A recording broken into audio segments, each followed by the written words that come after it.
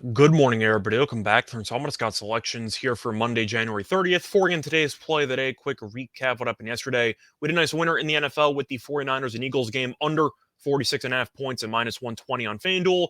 Game actually closed at 45.5, so we beat a point line move there, but it didn't matter either way as the game didn't even get out of the 30s. Very interesting game. You saw a pretty low scoring game early on. Purdy got hurt, and then the Niners had to scramble for backup quarterbacks.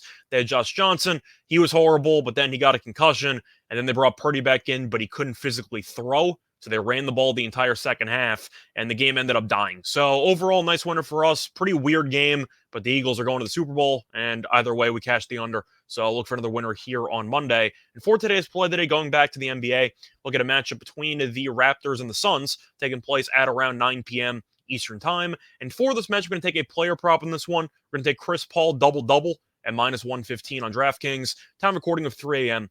Eastern Time. Covering this why I'm going to take Chris Paul double-double in this spot. First reason, since returning from injury, Chris Paul's been incredible at facilitating. He's had at least 10 assists in each of the 4 games he's been in since he came back from injury. And looking at his recent numbers against Toronto, historically he's done very well against this team passing the ball, as he has recorded 12 assists on the dot in each of the last 2 games against the Raptors.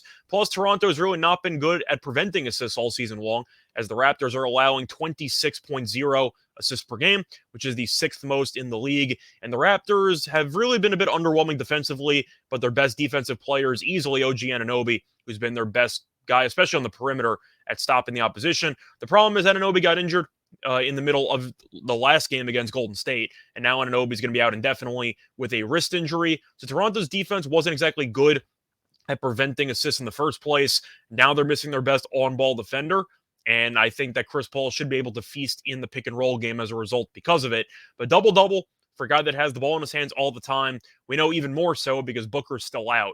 So you're looking at Chris Paul who has the ball in his hands almost every possession, and you're looking at Toronto's defense, which has been a bit underwhelming at stopping players from recording assists against this team.